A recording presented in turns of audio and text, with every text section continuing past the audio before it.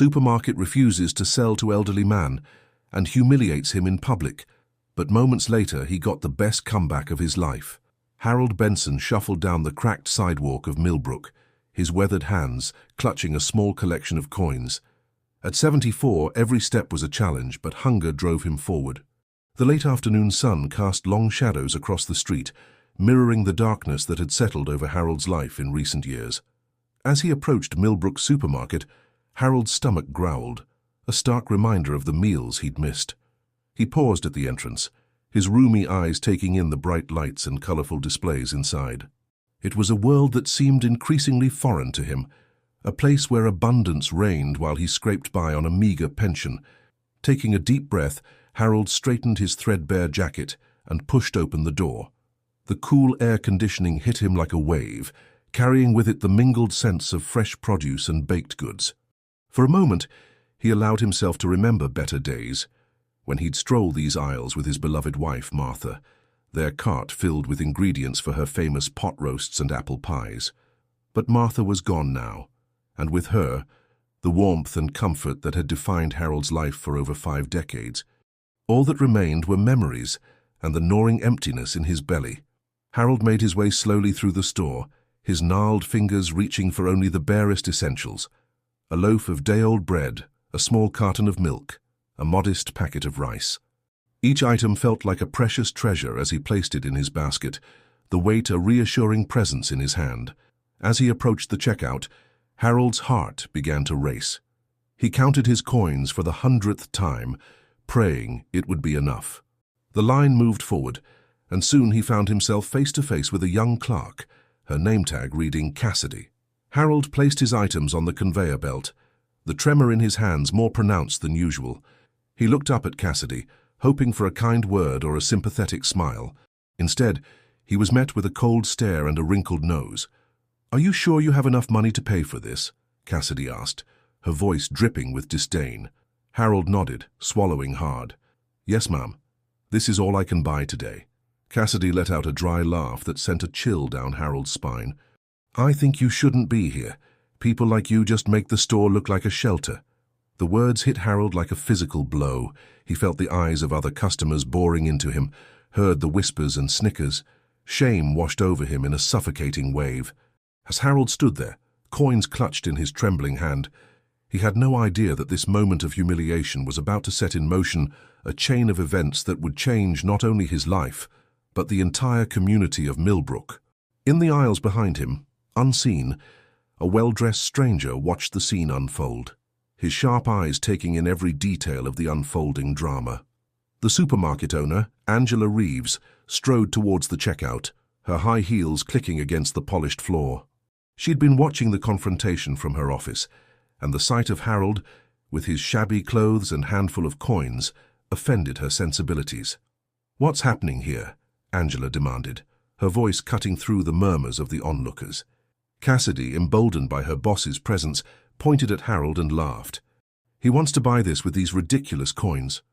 Angela's gaze swept over Harold, taking in his stooped posture and weathered face. Instead of feeling compassion, she felt only contempt. This was her store, her success story, and she wouldn't let it be tarnished by the likes of him. "We don't sell to people like him," Angela declared, her voice loud enough for everyone to hear. Harold's eyes widened in disbelief. "But I have money. I just want to buy some food." Angela crossed her arms, a cruel smile playing on her lips. "We don't accept handouts here. Take your coins and leave." The whispers around them turned into low laughter. Harold looked around desperately, hoping someone would speak up, that someone would defend him, but the other customers averted their eyes or stared at their phones, unwilling to get involved.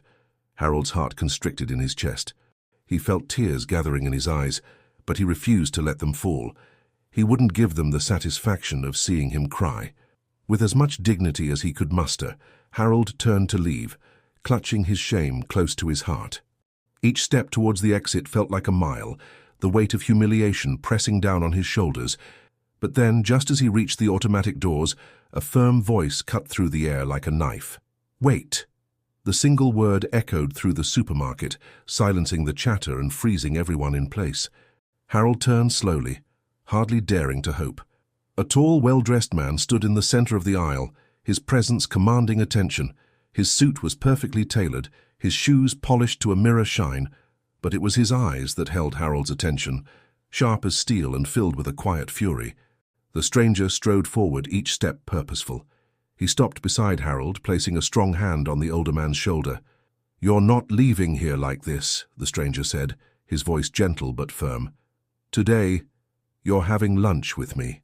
Harold blinked in confusion, his mind struggling to process this sudden turn of events. "But I just wanted some bread."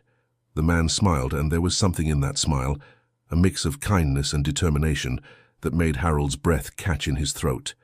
"Today," the stranger said, "you will eat like a king." As the man guided Harold out of the store, leaving behind a stunned audience, neither of them noticed the figure watching from the shadows of the canned goods aisle. Lydia Chen, a local journalist known for her hard-hitting exposés, had witnessed the entire scene. Her mind was already racing, sensing a story that could shake the foundations of Millbrook's comfortable suburban existence. Little did any of them know, this was just the beginning of a journey that would test the limits of compassion, challenge long-held prejudices, and ultimately redefine the very heart of their community. The sleek black car glided through the streets of Millbrook, its tinted windows hiding the unlikely pair within from curious onlookers. Harold sat stiffly in the passenger seat, his calloused hands folded in his lap, still unable to believe the turn his day had taken. "I'm Alexander Thornton," the well-dressed man said, breaking the silence. "And you are?" "Harold Benson," Harold replied, his voice barely above a whisper. I don't understand why you're doing this, Mr. Thornton." Alexander's grip tightened on the steering wheel. "Because what happened in that store was wrong, Mr. Benson. And I've learned that sometimes the only way to fight injustice is with kindness." They pulled up in front of La Maison, Millbrook's most exclusive restaurant. Harold's eyes widened at the sight of the elegant facade and the valet waiting at the curb. "Oh, no," Harold protested weakly. "I can't go in there." "I'm not dressed for—" "Nonsense," Alexander cut him off gently. "You're my guest, and that's all that matters." As they entered the restaurant, the maitre d' rushed forward, recognition lighting up his face. "Mr. Thornton, your usual table is ready." Harold felt painfully out of place as they were led to a secluded corner booth. The plush leather seats, the crystal glasses, the soft lighting. It all seemed like a dream so far removed from his daily reality. A waiter appeared, handing them leather-bound menus. Harold's hands shook as he opened it, his eyes widening at the prices listed. "You can order whatever you want," Alexander said, noticing Harold's hesitation. "Maybe just a small dish," Harold murmured, overwhelmed by the choices before him. Alexander laughed, but there was no mockery in the sound, only warmth. "There's no maybe today. You deserve all of this." As the meal progressed, Harold found himself relaxing. The food was exquisite, flavors he hadn't experienced in years exploding on his tongue. But more than that, it was Alexander's easy conversation and genuine interest in Harold's life that truly nourished his soul. Harold found himself opening up, sharing stories of his life with Martha, of the small joys and sorrows that had shaped his existence. Alexander listened intently, his eyes never wavering, treating each word as if it were precious. "You know," Harold said, setting down his fork after a particularly delicious bite of beef tenderloin, "I used to be somebody in this town. Martha and we ran the community center for over 30 years. We organized food drives, after-school programs, senior dances. But after she passed and the arthritis got bad, well," he trailed off, his eyes growing distant. Alexander leaned forward, his expression serious. "The measure of a person isn't in what they've lost, Mr. Benson. It's in how they face each day with dignity and grace. And from what I've seen, you have those qualities in abundance." Harold felt a lump form in his throat, touched by the sincerity in Alexander's words. As the meal drew to a close, the waiter presented the bill. Harold caught a glimpse of the total and nearly choked on his water. But Alexander didn't even blink, smoothly handing over his credit card. "Now," Alexander said as they stepped back out into the afternoon sun, "let's go back to that supermarket." Harold looked at him in surprise. "Why?" Alexander's smile held a hint of something dangerous, a glint of steel beneath the velvet. "I have some business to take care of." As they drove back towards Millbrook Supermarket, Harold felt a mix of anticipation and dread coiling in his stomach. He had no idea what Alexander had planned, but he sensed that the day's surprises were far from over. In the passenger seat, Harold's mind wandered to the community he'd once known so well. He thought of the neighbors who used to greet him warmly on the street, but now hurried past with averted eyes. He remembered the vibrant community center, now struggling to stay open without his and Martha's guidance. What had changed? Was it the town or was it him? As these thoughts swirled in his mind, Harold didn't realize that he was about to become the catalyst for a transformation that would touch every corner of Millbrook, starting with the very supermarket that had humiliated him just hours before. The afternoon sun hung low in the sky as Alexander's car pulled into the Millbrook Supermarket parking lot. Harold felt a knot of anxiety tighten in his stomach. The memory of his earlier humiliation was still fresh, and he wasn't eager to face it again. "Mr. Thornton," Harold began hesitantly, "I appreciate everything you've done, but I don't think—" Alexander cut him off with a gentle but firm shake of his head. "Trust me, Mr. Benson. What's about to happen needs to happen, not just for you, but for this entire community." As they walked towards the entrance, Harold noticed a small crowd gathering near the windows.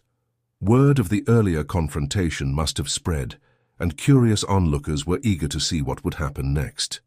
The automatic doors slid open, and a hush fell over the store. Angela Reeves, the owner, stood at the customer service desk, her face a mask of forced politeness that barely concealed her irritation. Cassidy, the clerk from earlier, hovered nearby, her earlier bravado replaced by nervous fidgeting. "What is this man doing here again?" Angela asked, her voice dripping with barely concealed disdain.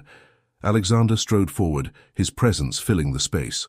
From his jacket pocket, he produced a sleek leather folder and placed it on the counter with a soft but decisive thud. "I'm buying this supermarket," he stated, his voice calm but brooking no argument. The silence that followed was absolute. You could have heard a pin drop in the frozen produce section. Angela let out a laugh, but it was a hollow sound, tinged with uncertainty. "This place isn't for sale." Alexander leaned in slightly, his voice carrying a dangerous edge. "Now it is. The money has already been transferred. You no longer own anything here." Harold watched in astonishment as the color drained from Angela's face. Cassidy's eyes widened in shock, her mouth opening and closing like a fish out of water. Alexander turned to Cassidy, his gaze piercing. "And you're fired." But I've always been loyal to this store," Cassidy protested weakly. Alexander's smile was cold. "Yes, and you've always been cruel too. There's no room for that here anymore." As the reality of the situation sank in, murmurs began to ripple through the gathering crowd. Harold stood rooted to the spot, unable to believe what he was witnessing.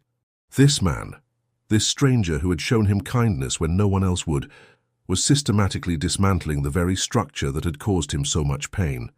But Alexander wasn't finished. He turned to Harold, his expression softening. From his pocket he produced a set of keys gleaming under the fluorescent lights. "Mr. Benson," Alexander said, his voice ringing out clear and strong, "this supermarket is now yours." Harold's hands trembled as Alexander pressed the keys into his palm. "What?" he managed to croak out, his mind reeling. "No one will ever humiliate you here again," Alexander said firmly. "More importantly, you can ensure that no one else suffers the indignity you faced today." The crowd watched in stunned silence as Harold's fingers closed around the keys. Tears welled up in his eyes, but this time they were tears of disbelief and raw emotion.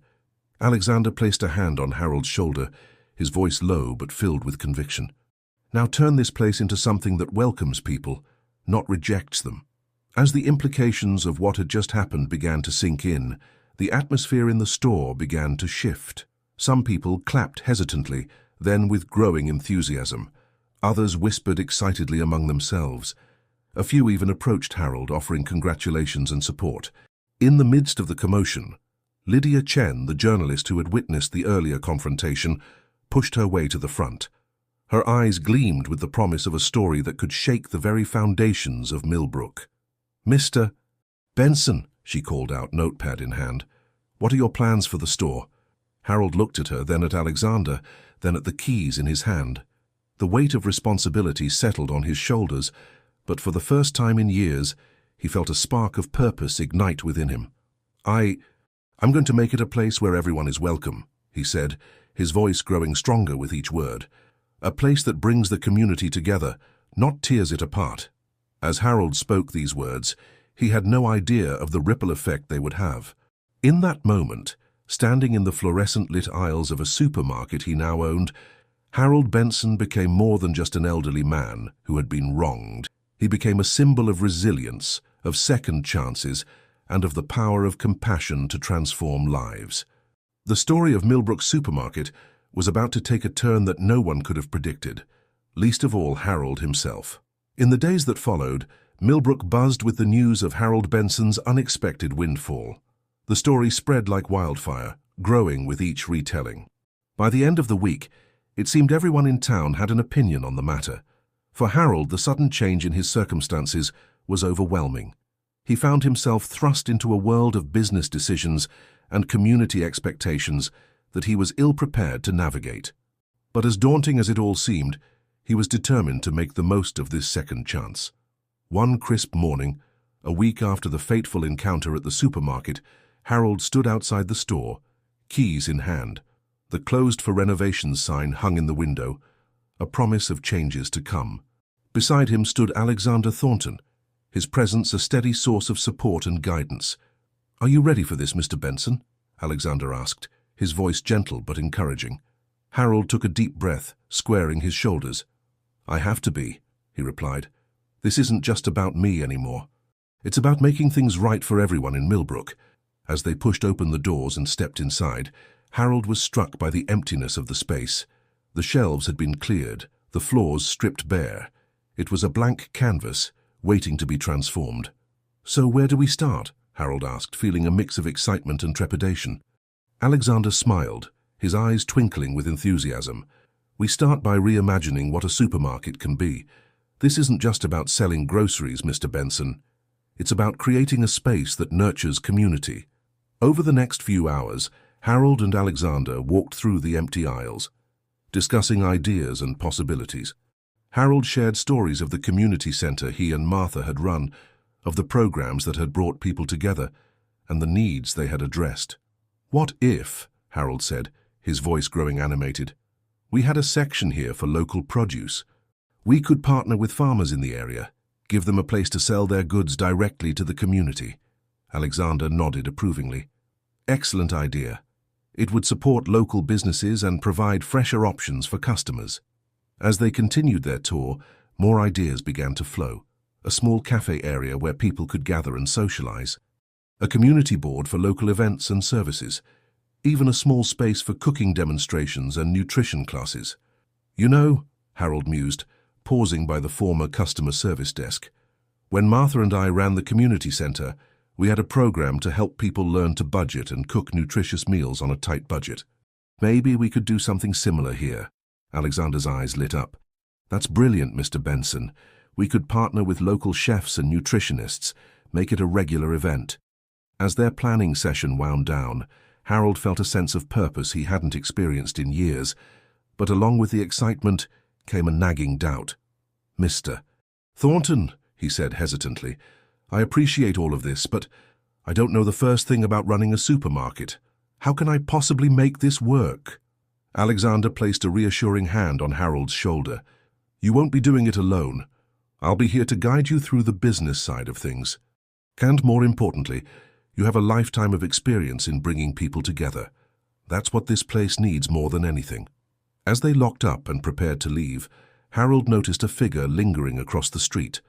It was Lydia Chen, the journalist who had been present on that fateful day. She seemed to be debating whether to approach. "Mr. Benson," she called out, finally making up her mind. "Do you have a moment?" Harold glanced at Alexander, who nodded encouragingly. "Go ahead. Your story is one that needs to be told." As Harold crossed the street to speak with Lydia, he felt a mix of nervousness and determination. He knew that what he said next could shape how the community viewed not just him, but the entire project. "Ms. Chen," Harold said, extending his hand, "I'd be happy to talk with you. But first, I want to ask you something. What do you think Millbrook really needs?" Lydia blinked, caught off guard by the question. She had come prepared to interview Harold, not to be interviewed herself, but as she considered his question, she found herself opening up. Honestly, I think Millbrook needs a wake-up call. We've become so focused on appearances and success that we've forgotten what it means to be a community. Your story.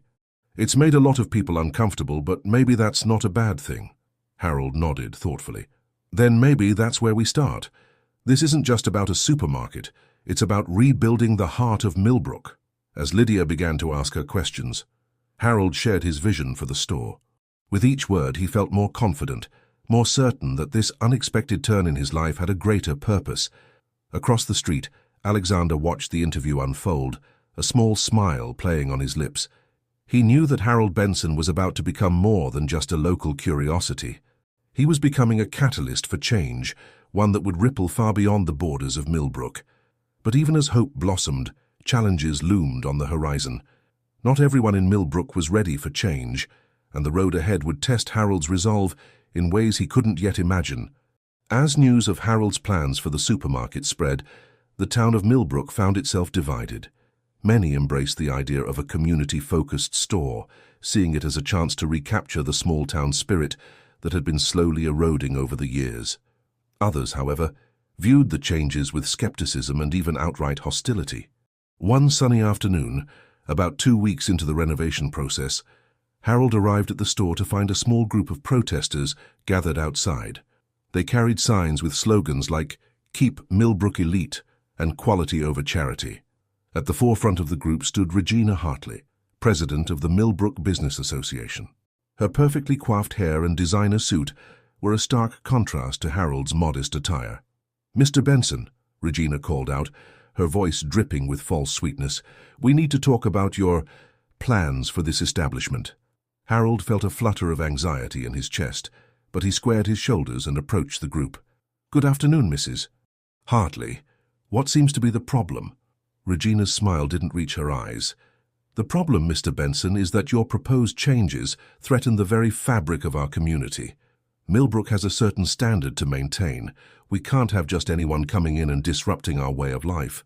Harold felt a surge of indignation. "And what way of life is that, Mrs. Hartley?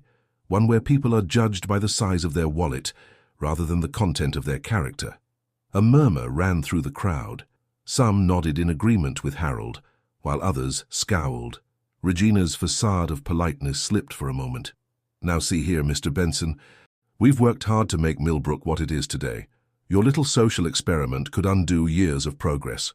"Progress?" Harold repeated, his voice rising. "Is that what you call it when people are turned away from buying food because they don't meet your standards? When neighbors stop looking out for each other because they're too busy keeping up appearances?" As the confrontation escalated, a small crowd began to gather. Among them was Lydia Chen, her pen flying across her notepad as she captured every word. Suddenly, a new voice cut through the tension. "What's going on here?" Alexander Thornton strode up, his presence immediately commanding attention. Regina's eyes widened in recognition. "Mr. Thornton," she said, her tone suddenly deferential, "I didn't realize you were involved in this project." Alexander's gaze swept over the protesters, his expression unreadable. "I am. And I'm curious to hear why the Business Association feels threatened by a store that aims to serve the entire community." Regina faltered for a moment, then rallied. "It's not about feeling threatened, Mr. Thornton. It's about maintaining the standards that have made Millbrook a desirable place to live and do business." "And who decides those standards, Mrs. Hartley?" Alexander asked, his voice deceptively mild. "Who determines who is worthy of being part of this community and who isn't?" The question hung in the air, heavy with implication. Regina opened her mouth to respond, then closed it again, realizing she had no good answer. Harold, emboldened by Alexander's support, stepped forward. "I may not have known much about running a supermarket when I started this, but I do know about building a community. And a true community doesn't leave anyone behind. It lifts everyone up." He turned to address the gathered crowd, his voice gaining strength. "This store isn't just about selling groceries, it's about bringing people together. It's about remembering that we're all neighbors, all part of something bigger than ourselves." As Harold spoke, he noticed faces in the crowd beginning to soften. Even some of the protesters lowered their signs, looking thoughtful.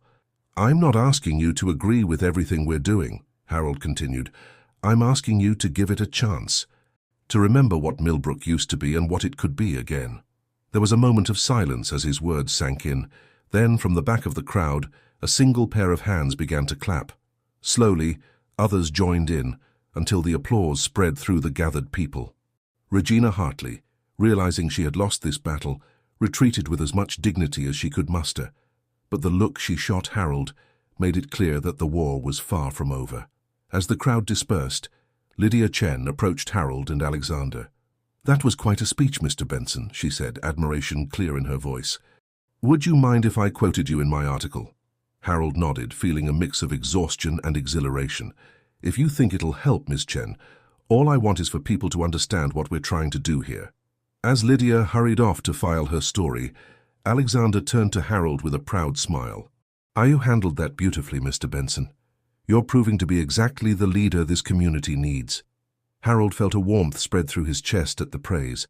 But as he looked back at the store, with its "coming soon" sign promising a new beginning, he couldn't shake the feeling that the real challenges were yet to come. Little did he know the events of that day would set in motion a chain reaction that would test not just his resolve, but the very soul of Millbrook itself. As the summer heat intensified, so did the tensions in Millbrook. The town found itself increasingly divided over Harold's vision for the supermarket. While support for the project grew, especially among the working-class residents and younger generations, the opposition became more vocal and organized. One sweltering afternoon, Harold sat in the small office at the back of the still under-renovation supermarket, poring over invoices and order forms. The magnitude of what he had undertaken was beginning to sink in, and doubts gnawed at the edges of his resolve. A knock at the door jolted him from his worries. "Come in," he called out, expecting to see Alexander or one of the contractors. Instead, to his shock, Angela Reeves, the former owner of the supermarket, stepped into the office. Her usual polished appearance was slightly disheveled, and there were dark circles under her eyes. Harold stood up, a mix of emotions churning in his gut. "Mrs. Reeves," he said stiffly, "what can I do for you?" Angela hesitated, then squared her shoulders. "Mr. Benson, I owe you an apology." Of all the things Harold had expected her to say, this wasn't one of them. He blinked in surprise, momentarily at a loss for words. Angela continued, her voice losing its usual sharp edge. "What I did to you that day was inexcusable. I've had a lot of time to think since then, and I realize now how far I'd strayed from the values my parents taught me when they opened this store 50 years ago." Harold's stance softened slightly, but he remained cautious. "That's unexpected, Mrs. Reeves, but I appreciate you saying it. May I ask what brought about this change of heart?" Angela sighed, sinking into a nearby chair. Losing the store was a wake-up call, but it was more than that. Seeing how the community has rallied around your vision, it made me realize what I'd lost sight of over the years. This place used to be the heart of Millbrook, not just a business. Harold nodded slowly, memories of his own flooding back. "I remember. Your parents were good people. They always had a kind word for everyone, no matter how little or how much they were buying." "Exactly," Angela said, a hint of her old passion creeping into her voice. "Somewhere along the way I forgot that. I got so caught up in profits and appearances that I lost sight of what really matters." There was a moment of silence as both of them reflected on the past and the twisted path that had brought them to this point. Finally, Harold spoke. "Mrs. Reeves, I appreciate your apology, but I have to ask, why are you here now?" Angela leaned forward, her eyes meeting Harold's. "I want to help, Mr. Benson. I know I don't deserve it, and you have every right to throw me out of here. But I know this business inside and out. I have connections with suppliers, knowledge of the market. If you'll let me, I want to put that knowledge to use, to help you make this place what it always should have been." Harold was stunned. He studied Angela's face, searching for any sign of deception, but all he saw was sincerity and a hint of desperation. I don't know what to say," Harold admitted. "This is not something I ever expected." Just then, another knock came at the door. Alexander Thornton entered, his eyebrows rising in surprise at the scene before him. "Mrs. Reeves," he said, his tone neutral, "this is unexpected." Quickly, Harold filled Alexander in on Angela's offer. Alexander listened intently, his expression thoughtful. "Mr. Benson," Alexander said finally, "the decision is yours. But I will say this. Sometimes the most powerful changes come from the most unlikely alliances." Harold looked from Alexander to Angela, his mind racing. Could he trust the woman who had humiliated him? Could her knowledge and experience be the key to making his vision a reality? As he wrestled with the decision, Harold thought about the community he was trying to build, a place of second chances, of redemption, of people coming together despite their differences. Taking a deep breath, Harold extended his hand to Angela. "Mrs. Reeves, I accept your offer, but understand this, we do things differently now. Every decision we make has to be for the good of the entire community, not just the bottom line." Angela's eyes welled with tears as she shook Harold's hand. "Thank you, Mr. Benson. I promise you won't regret this." As the three of them began to discuss plans for the store, none of them realized that outside, Lydia Chen was just walking up to the store, a folder of documents clutched in her hand. The story she was about to break would shake Millbrook to its core and test this newfound alliance in ways they couldn't imagine. The winds of change were blowing stronger than ever, and Millbrook would never be the same. The unlikely partnership between Harold and Angela quickly proved to be a game-changer for the supermarket project. Angela's business acumen complemented Harold's community-focused vision, and together they made rapid progress in transforming the store. But just as things seemed to be looking up, Lydia Chen's bombshell article hit the front page of the Millbrook Gazette. "Millbrook's Hidden Hunger: The Truth Behind Our Picturesque Facade." The article detailed the shocking levels of food insecurity in Millbrook, particularly among the elderly and working poor. It exposed how local businesses, including the supermarket under its previous ownership, had systematically pushed out lower-income customers to maintain an upscale image. Most damning of all, the article revealed that the Millbrook Business Association, led by Regina Hartley, had been actively working to prevent affordable housing developments and social services from entering the town. The day the article was published, Harold arrived at the supermarket to find a crowd gathered outside. But unlike the protesters from before, these people looked lost, angry, and hurt. Among them was a woman Harold recognized, Sarah Jenkins, a former regular at the community center he and Martha had run. She approached Harold, tears in her eyes. "Is it true, Mr. Benson?" she asked, her voice trembling. "All this time we thought we were alone in our struggles, but it was happening to so many of us." Harold felt a lump form in his throat. "I'm so sorry, Sarah. I had no idea it was this widespread. But I promise you things are going to change." As Harold tried to comfort the gathering crowd, he spotted Angela arriving. The look on her face was one of shock and shame. "Harold," she said as she reached him, her voice low, "I need to talk to you." "Now." They retreated to the office, where Angela sank into a chair, her face pale. "I knew," she confessed, her voice barely above a whisper. "I knew about some of this, not all of it, but enough. And I did nothing." Harold felt a surge of anger, but it was tempered by the genuine remorse he saw in Angela's eyes. "Why?" he asked simply. Angela shook her head, tears forming. "Because it was easier not to see. Because I told myself it wasn't my problem. God, I was so wrong." Before Harold could respond, Alexander burst into the office, his usually calm demeanor ruffled. "Have you seen this?" he demanded, waving a copy of the Gazette. "The whole town is in an uproar. Regina Hartley is calling for a town hall meeting tonight. She's trying to spin this, to blame your supermarket project for stirring up trouble." Harold's mind raced. He looked from Angela to Alexander, then back to the window where he could see the crowd still gathering. "Then we need to be at that meeting," Harold said firmly. "All of us. It's time for the truth to come out, all of it." Angela looked up, fear and determination warring in her eyes.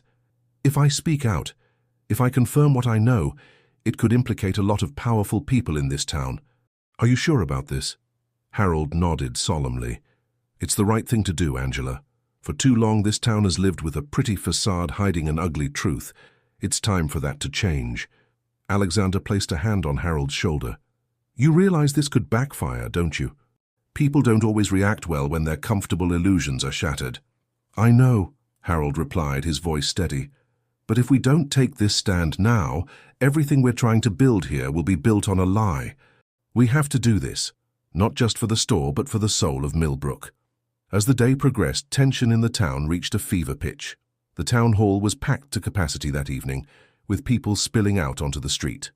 Regina Hartley stood at the podium, her carefully cultivated image of calm control beginning to crack under the pressure. "Friends, neighbors," she began, her voice echoing through the hall, "we've all been shocked by the allegations in today's paper. But I assure you the Millbrook Business Association has always acted in the best interests of our community." A murmur of discontent rippled through the crowd. From his seat near the back, Harold could feel the anger and confusion in the room. He glanced at Angela beside him, seeing the tension in her posture. "Furthermore," Regina continued, her voice rising, "I believe these so-called revelations are nothing more than a publicity stunt orchestrated by certain elements who wish to fundamentally change the character of our beloved town." At this, Harold stood up. All eyes turned to him as he made his way to the front of the room. Regina's eyes narrowed as he approached the podium. "Mr. Benson," she said, her tone icy, "this is hardly the time for—" "This is exactly the time, Mrs. Hartley," Harold interrupted, his voice firm but calm. "For too long we've allowed ourselves to believe in a version of Millbrook that doesn't exist for everyone. It's time for the truth." He turned to face the crowd, seeing familiar faces, neighbors, former customers, people he'd known for decades. "I've lived in this town my entire life. I've seen it change, grow, and in some ways lose its way. What was reported in the paper today isn't a publicity stunt. It's the reality that many of our neighbors have been living with silently for years." A hush fell over the room as Harold continued. "But this isn't about pointing fingers or assigning blame. It's about acknowledging the truth so that we can move forward together and build a community that truly serves everyone." From the crowd, a voice called out, "Easy for you to say, Benson. You got handed a whole supermarket. What about the rest of us?" Harold nodded, acknowledging the pain in the man's voice. "You're right. I've been given an incredible opportunity. But I see it as a responsibility, a chance to give back to the community that supported me and my wife for so many years. The supermarket isn't just a store. It's going to be a hub for the community, a place where everyone is welcome, regardless of their bank balance." Angela stood up then, her face pale but determined. "And I can vouch for that," she said, her voice shaking slightly.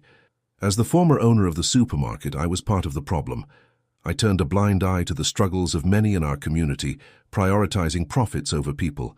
But working with Harold has shown me a different way. So it's time for all of us to open our eyes and our hearts." The room erupted in a mixture of applause and angry shouts. Regina tried to regain control, but the tide had turned. More people stood up, sharing their stories of struggle and isolation in a town that prided itself on prosperity. As the meeting continued late into the night, it became clear that Millbrook was at a crossroads. The comfortable illusions of the past had been shattered, leaving the community to grapple with hard truths and difficult choices. Harold, Angela, and Alexander stayed until the end, listening to every voice, comforting those in pain, and beginning to sketch out plans for a more inclusive future. As they finally left the town hall in the early hours of the morning, exhausted but oddly exhilarated, Harold felt a glimmer of hope. "You know," he said to his companions, "Martha always used to say that a community is only as strong as its most vulnerable member. I think Millbrook is finally ready to understand what that really means." As they walked through the quiet streets, the first hints of dawn breaking on the horizon, none of them realized that their actions that night had set in motion changes that would ripple far beyond the borders of their small town. The transformation of Millbrook was just beginning, and the journey ahead would test them all in ways they couldn't yet imagine. In the weeks following the town hall meeting, Millbrook found itself in a state of upheaval. The comfortable routines and unspoken rules that had governed the town for years were suddenly up for debate. Every corner of the community felt the impact, from the local government to the schools, from businesses to social circles. For Harold and his team, the challenges were immense, but so were the opportunities. The supermarket renovation continued at a feverish pace, but now it was about more than just creating a store. It was about building a symbol of what Millbrook could become. One sunny morning, as Harold walked through the nearly completed aisles, he marveled at the transformation. The store was bright and welcoming, with wide aisles to accommodate elderly shoppers and those with disabilities. A community bulletin board dominated one wall, already filling up with notices for local events, job postings, and offers of help. Angela approached, clipboard in hand. "Harold, we've finalized the arrangements with the local farmers. We'll have fresh, locally grown produce delivered 3 times a week." Harold nodded approvingly. "Excellent. And what about the cooking classes?" "The first one is scheduled for next week," Angela replied. "We've got a waiting list already. People are really excited about learning to cook nutritious meals on a budget." As they continued their walkthrough, Alexander joined them, his face serious. "We've got a situation brewing," he said without preamble. "Regina Hartley and her supporters are pushing for a referendum on the town's zoning laws. They're trying to block the affordable housing project we discussed." Harold sighed heavily. Despite the progress they'd made, there was still significant resistance to change in some quarters of Millbrook. "What are our options?" Alexander's eyes gleamed with determination. "I've been in touch with some contacts in the state government. If we can demonstrate the positive impact our project is having, we might be able to secure additional funding and support. That could help sway public opinion." As they discussed strategies, they were interrupted by a commotion at the front of the store. Curious, they made their way to the entrance, where a group of teenagers was gathered. "Mr. Benson!" one of them called out. It was Tommy Martinez, a high school student Harold recognized from the old community center. "We heard you might be hiring. We want to help." Harold looked at the eager faces before him, then glanced at Angela and Alexander. They both nodded encouragingly. "Well," Harold said, a smile spreading across his face, "I think we might have just found our new team of stock clerks and baggers. Come on in, let's talk." As Harold led the teens into the store, he felt a surge of hope. This was what it was all about: creating opportunities, bringing people together, building a community where everyone had a chance to contribute and thrive. Over the next few days, the store buzzed with activity as final preparations were made for the grand opening. But it wasn't just about stocking shelves and training staff. Harold, Angela, and Alexander were putting the finishing touches on a plan that would take their vision for Millbrook to the next level. The night before the opening, they gathered in Harold's small apartment above the store. The table was covered with papers, financial projections, community surveys, architectural plans. "Are we really ready for this?" Angela asked, a hint of nervousness in her voice. Harold looked at his unlikely partners, the woman who had once humiliated him, now one of his strongest allies, and the mysterious benefactor who had set this all in motion. He thought about how far they'd come, and how far they still had to go. "We have to be," he said firmly. "Millbrook is counting on us." As they reviewed their plans late into the night, none of them could have predicted the challenges and triumphs that lay ahead. The grand opening of the supermarket was just the beginning. The real test would be in the days, weeks, and months to come, as they worked to transform not just a store, but an entire community's way of thinking. Little did they know, their efforts were about to catch the attention of people far beyond the borders of Millbrook, setting the stage for a conflict that would test their resolve and the strength of their newfound community in ways they never imagined. The day of the supermarket's grand opening dawned bright and clear, as if even the weather was celebrating this new chapter in Millbrook's history. By the time Harold arrived at the store at 6 a.m., a line had already formed outside, stretching around the block. "I can't believe it," Angela said, joining Harold at the entrance. "Look at all these people." Harold nodded, a lump forming in his throat. He spotted familiar faces in the crowd: Sarah Jenkins near the front, Tommy Martinez and his friends excitedly chatting further back, even some members of the Millbrook Business Association, looking curious despite themselves. At precisely 8 a.m., with cameras flashing and a cheer rising from the crowd, Harold cut the ribbon stretched across the entrance. "Welcome," he said, his voice thick with emotion, "to Millbrook Community Market. This store belongs to all of us." As the doors opened and people streamed in, Harold, Angela, and Alexander watched with a mixture of pride and nervousness. This was the moment of truth. Would their vision resonate with the community? The first hour was a whirlwind of activity. Customers marveled at the bright, spacious aisles, the well-stocked shelves, and the friendly faces of the staff. The local produce section was a particular hit, with many expressing surprise and delight at seeing familiar farm names on the signs. But it was more than just a supermarket. In one corner, a group had already gathered for the first financial literacy workshop. Near the entrance, volunteers were helping elderly customers navigate the store and carry their groceries. The community bulletin board was a hive of activity, with people posting and responding to various notices. As the morning wore on, Harold found himself constantly stopped by community members, each with a story to share or a word of thanks. Sarah Jenkins approached him, tears in her eyes. "Mr. Benson," she said, gripping his hand, "I can afford everything I need here, and the cooking class I signed up for. It's going to change my life. Thank you." Harold squeezed her hand in return, too moved for words. By midday, word had spread beyond Millbrook. Reporters from neighboring towns, and even a crew from a national news network had arrived, eager to cover the story of the supermarket that was changing a community. As Harold prepared for an impromptu press conference, Alexander pulled him aside. "You've done something remarkable here," he said, his usual composure tinged with genuine admiration. "But remember, this is just the beginning. The real work starts now." Harold nodded, understanding the weight of the responsibility on his shoulders. As he stepped in front of the cameras, he took a deep breath, ready to share his vision, not just with Millbrook, but with the world. "What we've created here," he began, his voice steady and clear, "is more than just a supermarket. It's a testament to what can happen when a community comes together, when we prioritize people over profits, and when we refuse to leave anyone behind." As Harold spoke, laying out their plans for community programs, partnerships with local farmers, and initiatives to address food insecurity, he could see the impact his words were having. Reporters leaned in, scribbling furiously. Customers paused their shopping to listen, but not everyone was pleased with the day's events. From the back of the crowd, Regina Hartley watched with narrowed eyes, her phone pressed to her ear as she spoke in hushed, urgent tones. The grand opening of Millbrook Community Market was a resounding success, but as the day drew to a close and the last customers left with full carts and hopeful hearts, Harold couldn't shake the feeling that their greatest challenges were still to come. He was right. The next morning's headlines would bring news that would shake Millbrook to its core and test the resolve of Harold and his team in ways they never imagined. The battle for the soul of their community was far from over. The day after the grand opening, Harold woke to the insistent ringing of his phone. It was Angela, her voice tight with tension.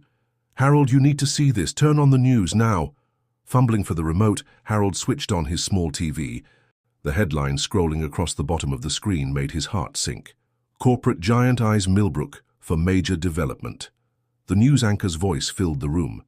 In a surprise move, retail conglomerate Megamart has announced plans for a massive development in the town of Millbrook. The proposed project includes a superstore, high-end condominiums, and an exclusive country club. Sources say the deal has been in negotiations for months, with key support from members of the Millbrook Business Association. Harold's mind raced. This explained Regina Hartley's recent actions, her desperate attempts to maintain the status quo. She wasn't just resisting change, she was paving the way for this corporate takeover. Within the hour, Harold, Angela, and Alexander had convened an emergency meeting at the store. The atmosphere was tense as they discussed the implications of this new threat. "This isn't just about us anymore," Alexander said, his usual calm demeanor strained. "If this development goes through, it'll change the entire character of Millbrook. Small businesses will be pushed out, property values will skyrocket, and all the progress we've made towards inclusivity and community support will be undone," Angela finished, her face pale. Harold sat quietly, absorbing the magnitude of the challenge before them. Finally, he spoke. "We knew there would be opposition. This is just bigger than we anticipated. But we can't give up. Too many people are counting on us." As they strategized, the bell above the store's entrance chimed. Lydia Chen walked in, her journalist's notebook in hand, and a determined set to her jaw. "I assume you've seen the news," she said without preamble. "I'm working on a follow-up story, digging into the details of this deal. But I need your help. The people of Millbrook deserve to know what's really going on." Over the next few days, Millbrook was a town divided. Megamart's PR machine was in full swing, promising jobs and economic growth. Regina Hartley and her supporters touted the development as the key to Millbrook's future prosperity. But Harold and his team weren't about to go down without a fight. They mobilized the community connections they'd built, reaching out to everyone who had benefited from the Millbrook Community Market. Tommy Martinez and his friends organized a youth rally, marching through town with signs that read, "Our town, our future," and "Community over corporations." Sarah Jenkins and other seniors who had found new hope through the market's programs shared their stories at town meetings and on local radio shows. Angela, drawing on her business acumen, prepared a detailed report showing the potential negative impacts of the Megamart development, from increased traffic and environmental concerns to the decimation of local businesses. Alexander worked his connections, reaching out to state officials and environmental groups, building a coalition of support that extended far beyond Millbrook's borders. And Harold became the voice of the resistance. His quiet dignity and unwavering commitment to the community struck a chord with many. He spoke at meetings, gave interviews, and spent countless hours talking one-on-one with concerned citizens. "This isn't about being against progress," he would say. "It's about defining what real progress looks like. Is it about making a few people very rich, or about creating a community where everyone has a chance to thrive?" As tensions in the town rose, so did the stakes. Megamart, realizing the threat that Harold and the Millbrook Community Market posed to their plans, began to play hardball. Rumors circulated about Harold's past, insinuations were made about the store's financial stability, and veiled threats were issued to those who publicly supported the market. One evening, as Harold locked up the store after another long day of meetings and planning, he found Alexander waiting for him outside. "Harold," Alexander said, his voice grave, "I've just received some troubling information. Megamart isn't just planning to build here. They're actively working to shut down our market. They see us as a threat to their monopoly." Harold leaned against the store's wall, suddenly feeling every one of his 74 years. "So what do we do?" Alexander's eyes gleamed with a mix of determination and something else. Was it excitement? "We take this fight to the next level.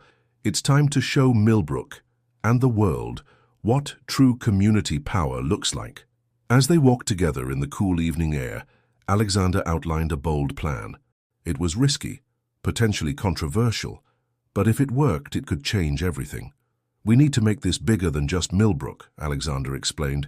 "We need to turn this into a national conversation about community, corporate responsibility, and the future of small-town America."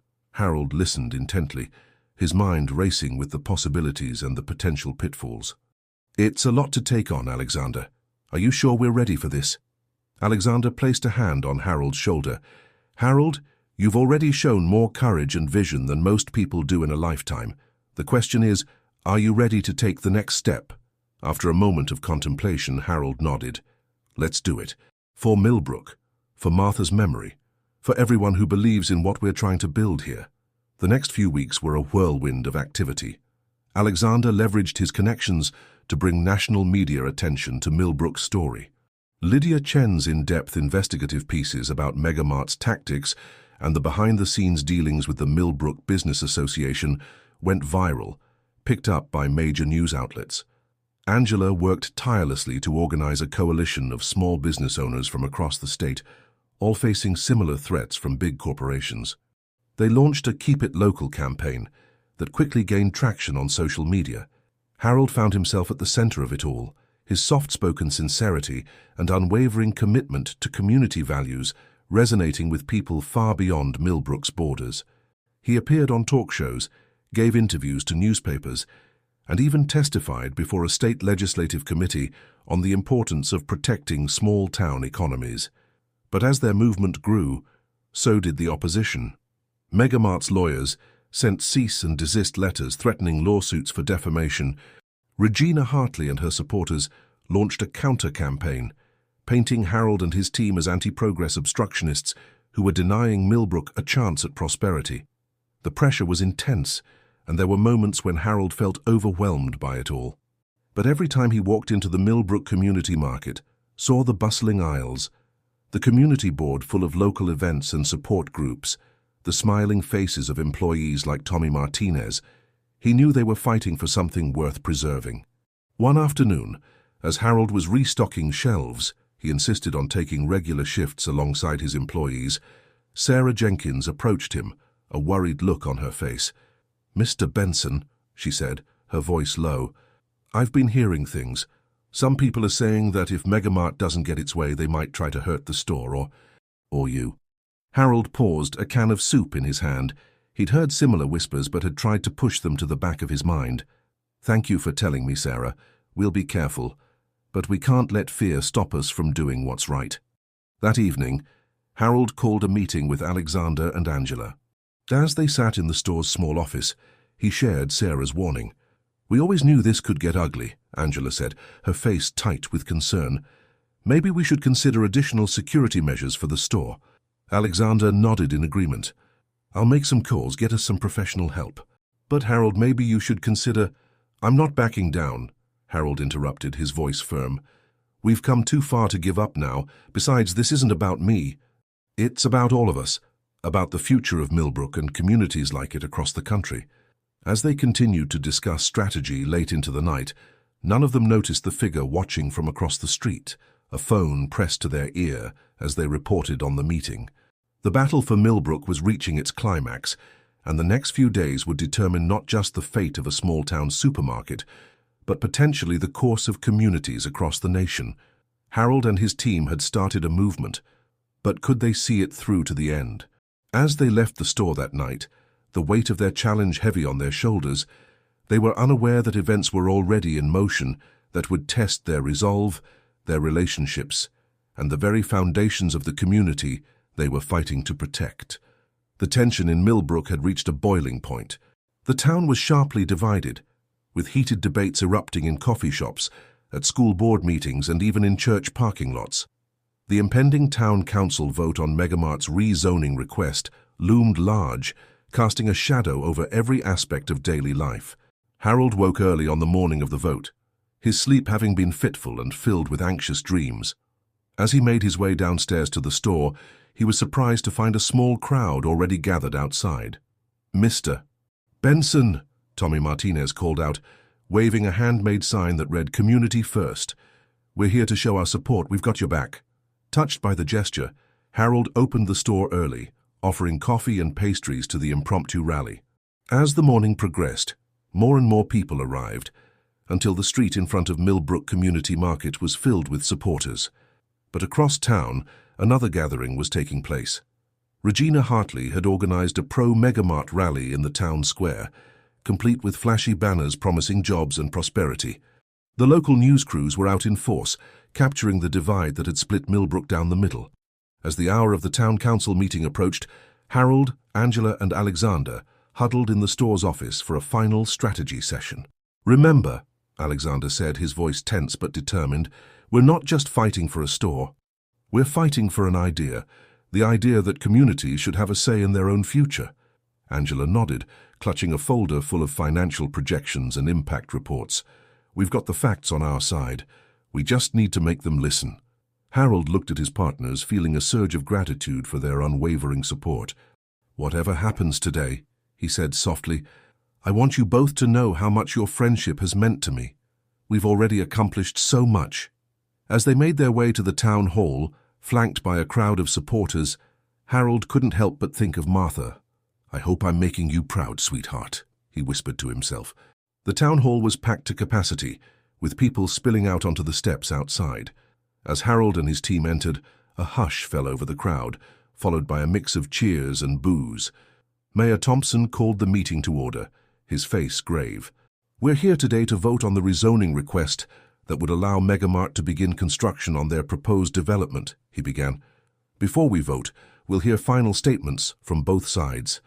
Regina Hartley strode to the podium first, her designer suit immaculate, her smile confident. "Friends, neighbors," she began, "we stand on the brink of a new era for Millbrook.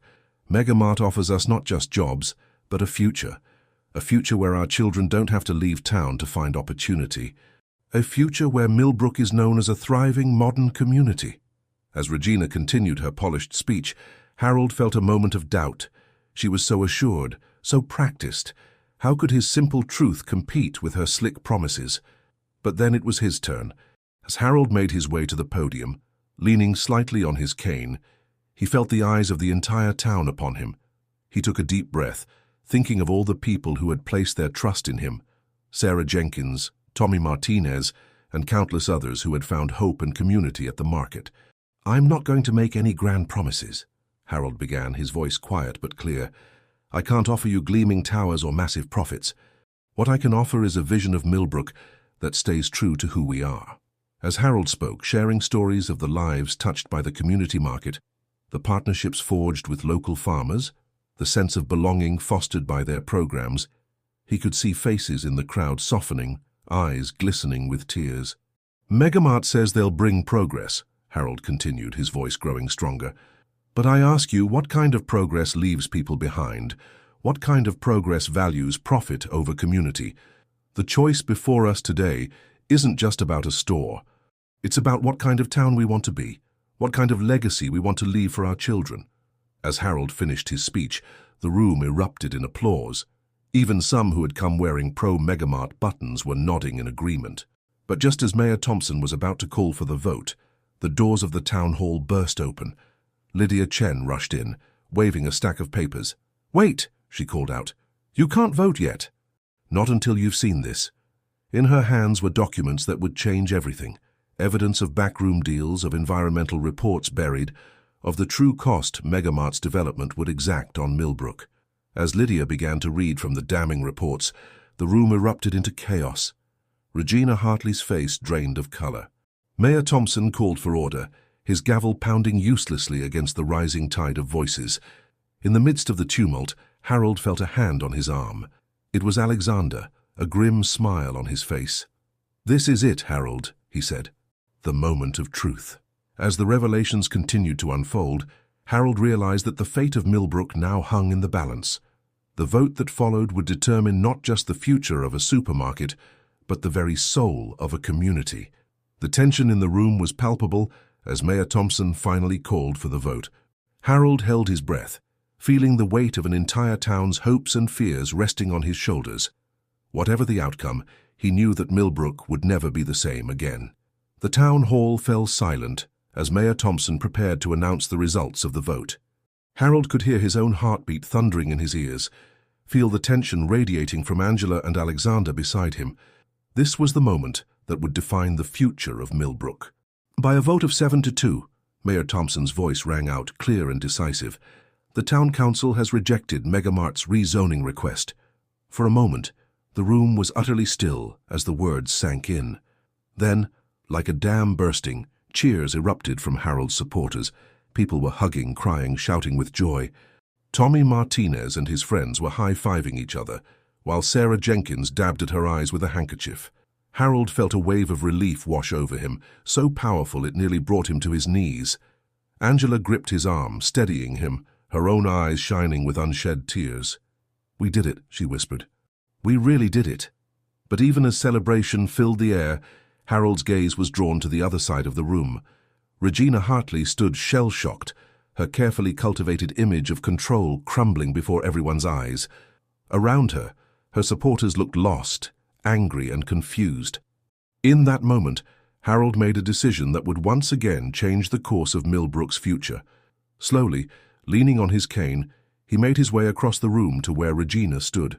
"Mrs. Hartley," he said softly, extending his hand, "I think it's time we talked." "Really talked?" Regina looked at his outstretched hand, then at his face. For a long moment Harold thought she might refuse, but then, with a slight nod, she took his hand. "Perhaps you're right, Mr. Benson," she said, her voice barely above a whisper. "Perhaps you're right." As Harold led Regina to a quiet corner of the hall, he could feel the eyes of the town upon them.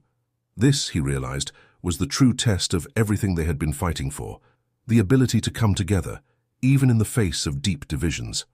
Over the next few hours, as the town hall slowly emptied and the news of the vote spread through Millbrook, Harold and Regina talked. They spoke of their fears, their hopes for the town, the pressures that had led them to their respective positions. And slowly, tentatively, they began to find common ground. "I never wanted to hurt the town," Regina admitted, her carefully constructed facade finally cracking. "I truly believed Megamart was our best chance at securing Millbrook's future." Harold nodded, understanding in his eyes. "We all want what's best for our community," he said. "We just have different ideas of what that looks like. But maybe, just maybe, we can find a way forward together." As the sun began to set, casting long shadows through the town hall windows, Harold and Regina emerged from their conversation. The change in Regina was visible, her shoulders less tense, her eyes clearer, as if a great weight had been lifted. Alexander and Angela, who had been waiting patiently, approached cautiously. "Everything all right?" Alexander asked, his eyes darting between Harold and Regina. Harold smiled, a genuine, warm smile that seemed to light up the room. "Everything's going to be just fine," he said. "In fact, I think we might have found a new ally in our efforts to revitalize Millbrook." Regina straightened her jacket, a hint of her old confidence returning, but tempered now with humility. "Mr. Benson, Harold, has helped me see things from a new perspective," she said. "If you'll have me, I'd like to offer my expertise to help make your vision for the community market a reality." The surprise on Alexander and Angela's faces was evident, but so was the cautious hope. This was an unexpected turn of events, but one that held immense potential. As they left the town hall together, stepping out into a Millbrook forever changed by the events of the day, Harold felt a sense of peace settle over him. The battle had been won, but the real work was just beginning. The next few weeks were a whirlwind of activity. With Regina's support, many of the business owners who had opposed the community market now came forward, eager to find ways to collaborate. The Keep It Local campaign expanded, with Millbrook becoming a model for other small towns facing similar challenges. Lydia Chen's exposé on Megamart's tactics went national, sparking a broader conversation about corporate responsibility and the importance of community-centered development. Harold found himself being interviewed by major news networks, sharing Millbrook's story with the world. But for Harold, the most meaningful changes were the small ones he saw every day in the store. The increased foot traffic, the lively conversations at the coffee counter, the success stories from participants in their various programs, these were the true measures of their success. One sunny afternoon, as Harold restocked shelves, a task he still insisted on doing regularly, he overheard a conversation between two customers that made him pause. "You know," one elderly woman was saying to her friend, "I haven't felt this connected to my neighbors in years. It's like Millbrook is a real community again." Her friend nodded in agreement. "And to think, it all started with this store. Who would have thought a supermarket could change so much?" Harold smiled to himself, thinking of the long journey that had brought them to this point. As he looked around at the bustling store, at the faces of friends and neighbors coming together, he felt a warmth in his chest that he knew would have made Martha proud. The story of Millbrook and its community market was far from over. There would be new challenges to face, new opportunities to seize. But Harold knew now, with a certainty that ran bone deep, that as long as they held true to their values of community, compassion, and inclusivity, there was nothing they couldn't overcome. As he made his way to the front of the store, ready to greet the next customer with a warm smile, Harold realized that he had found something he thought he had lost forever after Martha's passing: a sense of purpose, a feeling of belonging, and the joy of making a real difference in the world. The Millbrook Community Market was more than just a store. It was a beacon of hope, a testament to the power of community, and a living legacy that would continue to shape lives for generations to come. 1 year had passed since the fateful town hall vote, and Millbrook was a town transformed. The Millbrook Community Market stood at the heart of this transformation, its influence extending far beyond its walls. On a crisp autumn morning, Harold stood outside the store, watching as the town came to life. The streets were bustling with activity, a far cry from the quiet, almost somber atmosphere that had pervaded Millbrook just a year ago. "Quite a sight, isn't it?" Alexander's voice came from beside him. Harold turned to see his friend and partner smiling broadly. "It certainly is," Harold agreed, his heart full. "Sometimes I still can't believe how far we've come." The changes in Millbrook were evident everywhere you looked. The once empty storefronts along Main Street now housed a variety of local businesses, many of which had partnered with the community market in one way or another. The town square, once a place of division, had become a hub of community activity, hosting farmers' markets, art fairs, and concerts. But perhaps the most significant change was in the spirit of the town itself. There was a renewed sense of pride and unity among Millbrook's residents, a shared commitment to looking out for one another that had been largely absent before. As Harold and Alexander stood watching the town come to life, Angela joined them, a stack of papers in her hand. "Good morning, gentlemen," she said, her eyes bright with excitement. "I've just finished going over our latest community impact report. The numbers are even better than we hoped." Harold took the report, his eyes widening as he scanned the figures. "This is remarkable," he murmured. "Employment up by 15%, local supplier partnerships increased by 40%, and our food insecurity program has reached over 500 families." Alexander nodded approvingly. "And it's not just about the numbers. Look around you. You can feel the difference in the air." He was right. As they watched, Sarah Jenkins walked by, engaged in animated conversation with Regina Hartley. The sight of the two women, once on opposite sides of a bitter divide, now working together on the town's education committee, was a powerful symbol of how far Millbrook had come. Tommy Martinez and his friends cycled past, on their way to the new youth center that had been established with funds raised through the community markets initiatives. They waved enthusiastically to Harold as they passed. "Mr. B," Tommy called out, "don't forget about the community dinner tonight. We're counting on your famous apple pie." Harold chuckled, waving back. "Wouldn't miss it for the world, Tommy." As the young people disappeared around the corner, Harold felt a lump form in his throat. He thought of Martha, of how proud she would be to see what their little town had become. "You know," he said softly to his companions, "when we started this journey, I thought we were just trying to save a supermarket. I never imagined we'd end up saving a whole town." Angela placed a gentle hand on his arm. "We didn't just save it, Harold. We helped it find its heart again." Just then, Lydia Chen approached, notebook in hand and a warm smile on her face. "Good morning, everyone. I hope I'm not interrupting." "Not at all," Harold replied. "What brings you here so early, Lydia?" The journalist's eyes sparkled with excitement. "I've just received word that Millbrook has been chosen as a case study for a national initiative on community-led development.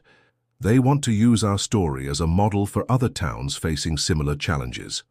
The news was met with stunned silence, followed by joyous laughter. What had started as a local struggle had grown into something much bigger, a beacon of hope for communities across the country. As they discussed the implications of this new development, more and more townspeople began to gather around them. It was as if the entire community could sense that something momentous was happening. Harold looked out at the faces of his neighbors, faces that now shone with hope and purpose, where once there had been only resignation or indifference. He felt a swell of emotion rise in his chest. "My friends," he began, his voice quavering slightly, "a year ago we stood divided, unsure of our future, unsure of... Today we stand united, not just in our success, but in our commitment to one another." He paused, gathering his thoughts. "What we've achieved here in Millbrook isn't just about a store, or even about our town. It's about remembering what truly matters: community, compassion, and the belief that every person has value." As Harold spoke, he could see heads nodding in agreement, eyes shining with shared purpose. "We've shown that when we come together, when we choose connection over division, anything is possible. Our journey isn't over. In many ways, it's just beginning. But whatever challenges lie ahead, I know that we'll face them together as one community." A spontaneous applause broke out, spreading through the gathered crowd. There were tears in many eyes, including Harold's own.